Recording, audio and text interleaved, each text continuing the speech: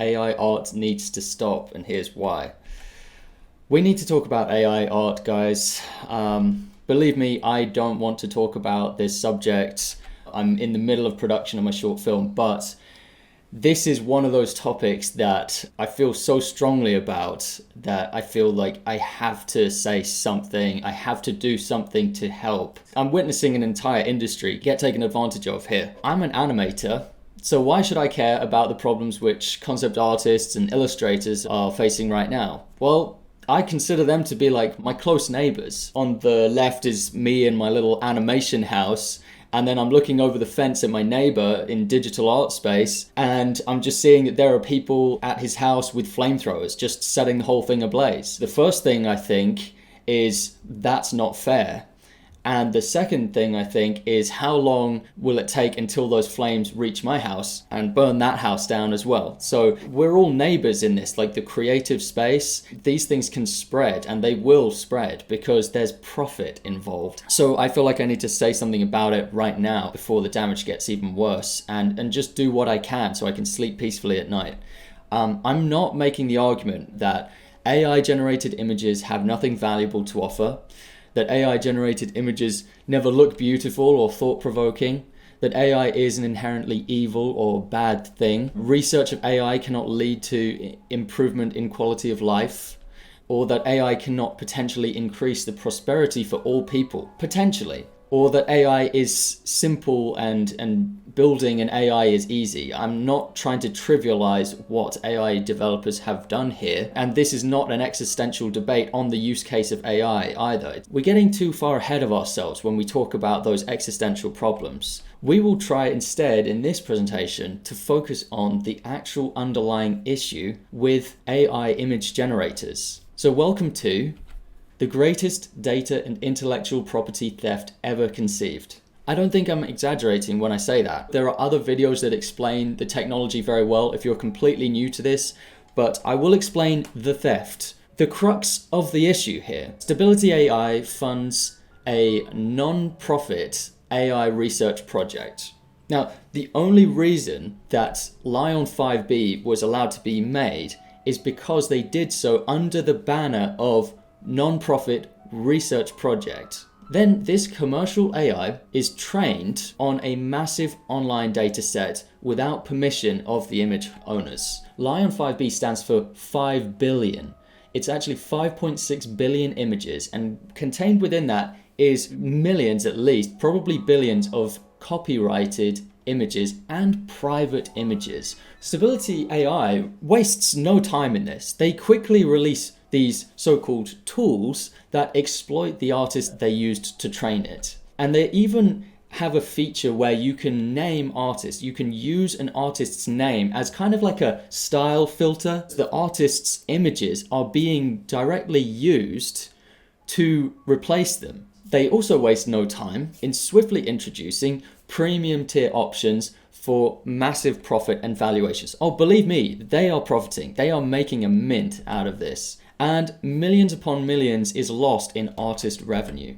And where do you think that artist revenue is going? It's going to these small AI companies, a few hundred staff. It's going into their pockets and into their valuations. And it's coming from the art industry. And this is happening daily. I'm talking about millions daily that's being sucked away from the artists. I drink your milkshake. I drink it up! And I'm going to get a little bit more into it. I'm going to show you more evidence for this, just in case you are watching this and you are on the fence about the whole issue and you're saying, oh, well, you know, both sides have good points. One side is clearly in the wrong here. These are the big players, right? We've got Midjourney, DALL-E, and Stable Diffusion. And Stability AI is one of the biggest sort of players behind the scenes that are pulling the strings with this. Also called OpenAI. I don't know if this was intentional, but they've kind of splintered off into like Stability AI, OpenAI, Stable Diffusion. It's kind of confusing. One of the things that's kind of linking them is the massive data sets that they've been using. The biggest one being Lion 5B.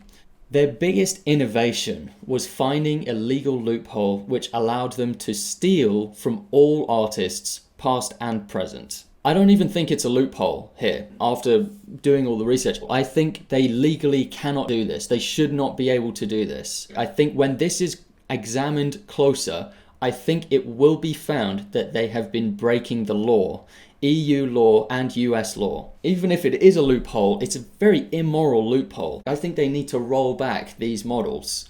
The damage to artists' lives, clients and industries and virtual spaces has been substantial, and it's only just begun. We're starting to feel it. Stealing from one group, selling to another group, and making a ton of money in the process. You have this one group here, the artists, right?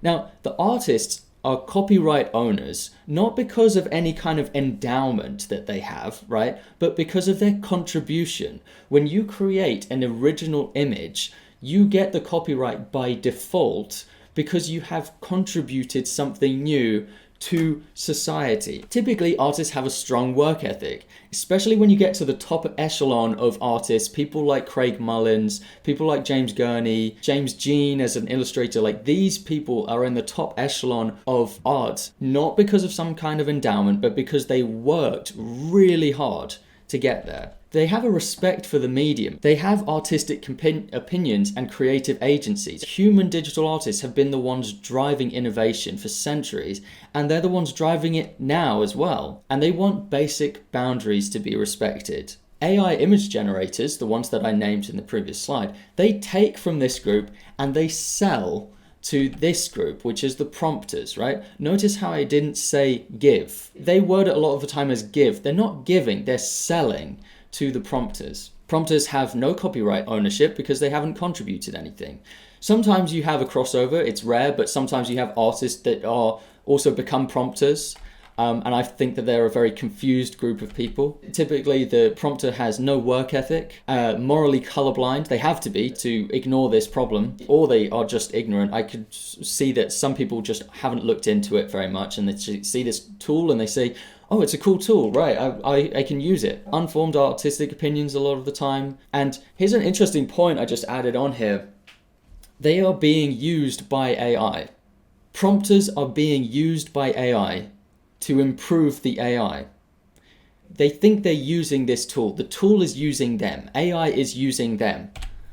And they have a false sense of entitlement. It's something that I will get into later with the this new group of people that's popped up that I call the AI bro. Prompters, you might call them, or AI apologists, I sometimes call them. But here I've put them under prompter. Now, we have a word for this. When an entity comes along, they take from one group and they sell to another group. And that word is exploitation. This is exploitation of an industry. And of course, AI prompters, the people using AI, of course they love this technology. They have nothing to lose in this. They are not the ones being robbed. They're the ones getting all the free samples of these AI image generators, right? And they're getting to skip a lot of the more difficult steps, the time-consuming steps like rendering, drawing, sketching, having an idea, taking credit for the generated idea spat out by the AI, using other people's hard work for free. I'm going to keep on circling back to that, guys, because that is the crux of the issue here. It's not just me that thinks this. This is the problem according to ChatGPT. Yanni Putsker actually put in the question and got OpenAI's own chatbot system to talk about this. And ChatGPT appears to agree with what I'm saying, right? The chatbot says it's important to obtain their consent before proceeding. If you are considering using an artist's images in this way, it's important to respect their rights and ensure that you have obtained the necessary permission before proceeding. Here's another one, not leading it down anyway, because Yanni said some people believe they are not really using the pictures, but merely showing them to AI to learn. So being devil's advocate here, ChatGPT disagrees and says this may have some consequences for artists who created the image. For example, if an AI system is being trained on an artist's images to generate similar images or hybrids, this could potentially lead to the creation of new works that are based on artists' original images. These new works may be produced and distributed without the artist's permission or compensation. It is therefore important to obtain the artist's permission, yes, before using their images in this way. Their own chatbot disagrees with them and agrees with me. Let's say we have these 4 groups here. Like let's see what everyone's thinking. How are people being deceived? So you got the prompters. Prompters can think that what they're getting is super original when it's actually not. And they've just arrived on the art scene and they don't know a lot of artists. They don't notice when something is a ripoff of a human artist. Of course, they do know some artists, some of the more mainstream artists they've heard of. They try to replicate using the AI. They put in the name of those artists and they've noticed that that kind of bumps up the quality of the results that they can get, right? Makes sense. Professional artist that's dedicated their lives to it, you put in his name, the AI uses that portfolio as a data set and it gets better results. The AI can do this very well as it can copy and preserve images one-to-one with no error. AI devs, developers, right? They confess that they literally don't know what's going on in their own AI software. So they feign ignorance. They say, well, it's not up to me, right? The AI is going to do whatever it wants. They try to use that as a way to hide from their responsibility. But they are well aware of all the copyright and sensitive data that they laundered. Very intentional in that.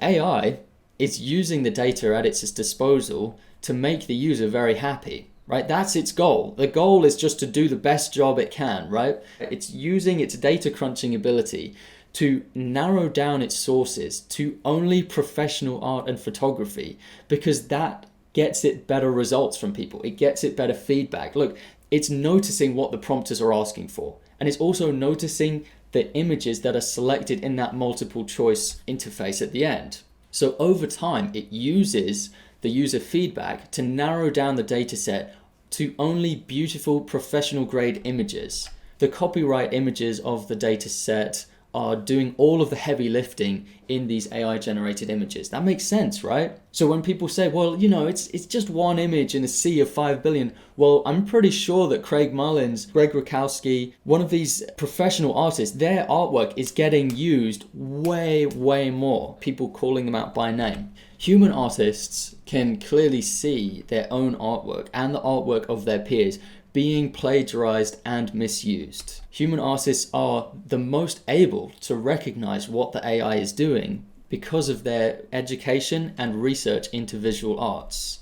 And yet they are constantly being dismissed. You can listen to Emad Mostak, the CEO of Stability AI, go through a full interview where he sits down, talks about the technology.